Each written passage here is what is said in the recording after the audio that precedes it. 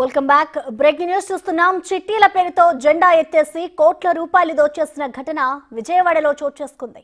విజయవాడకు చెందిన నల్లూరి వాసు చిట్టి వేసి కస్టమర్లకు లక్షల్లో కుచ్చుటోపి పెట్టేసి పరారయ్యాడు. దీంతో బాధితుడు పృథ్వీరాజ్ విజయవాడ పోలీసులకు ఫిర్యాదు చేశాడు.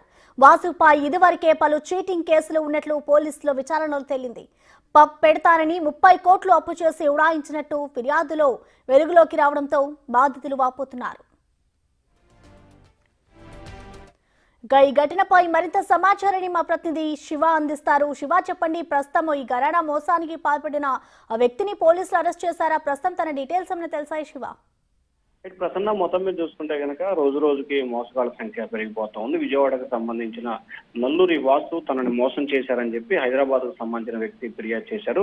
30 కోట్ల రూపాయలు తీసుకున్న తనను మోసం చేశారని చెప్పి కూడా పృథ్వీరాజ్ అనే వ్యక్తి ఇటీవల విజయవాడ కృష్ణలంక పోలీస్ స్టేషన్ లో ఫిర్యాదు చేశారు. అయితే వాసు చిట్టీల వ్యాపారం చేశాడని చెప్పి దాంట్లో పేర్కొన్నారు. గుంటూరులో తనకు తెలిసిన వ్యక్తుల ద్వారా వాసు తనకు పరిచయం అయ్యారు. 2015 సంవత్సరం నుంచి వాసు తనకి పరిచయం ఉన్నాడు. అప్పటి నుంచి కూడా చిన్న చిన్న చీటీలు వేస్తూ తమ మధ్య ఫ్రెండ్షిప్ కొనసాగింది. తన ద్వారా మరికొందరు మందిని వాసు పరిచయం చేసుకున్నారు. వీరందరినీ కూడా చిట్టి పాట ద్వారా తనకి మిత్రులుగా చేసుకున్నట్లు కూడా ఫిర్యాదులో పేర్కొన్నారు. తనతో పాటు చిట్టీలు వేసేందుకు హేమంత్ పబ్బు నడుపుతున్నట్లు కూడా డబ్బులు తీసుకున్నట్లు కూడా ఫిర్యాదులో పేర్కొన్నట్లయితే హేమంత్ 20 కోట్లు ఇచ్చినట్లు కూడా ఫిర్యాదులో పృథ్వీరాజ్ అయితే పేర్కొన్నారు. దీనికి సంబంధించి సమగ్రమైన విచారణ చేసి తనకు న్యాయం చేయాలని చెప్పి ఆయన కోరారు. అలాగే తనతో పాటు తనకు తెలిసిన వారి వద్ద నుంచి దాదాపుగా 9 కోట్ల రూపాయల పైగా కూడా డబ్బులు వసూలు చేశారు. ఇచ్చిన డబ్బులు తిరిగి చెల్లించమంటే రేపు మాపు అంటూ కాలయాపన చేస్తున్నాడని చెప్పి ఫిర్యాదులో పేర్కొన్నారు. ఒల్లూరు వాసు, అతని భార్య కోనేరు వెంకటగీత, బావమరిది Venkata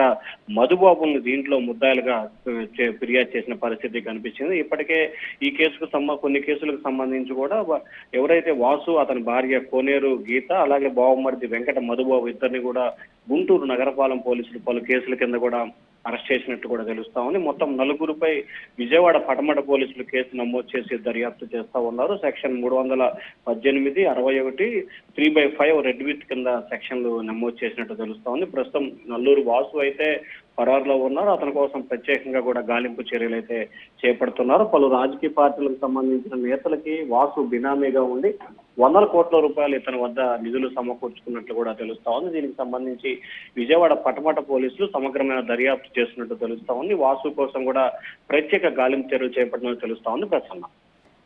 right, thank you Shiva.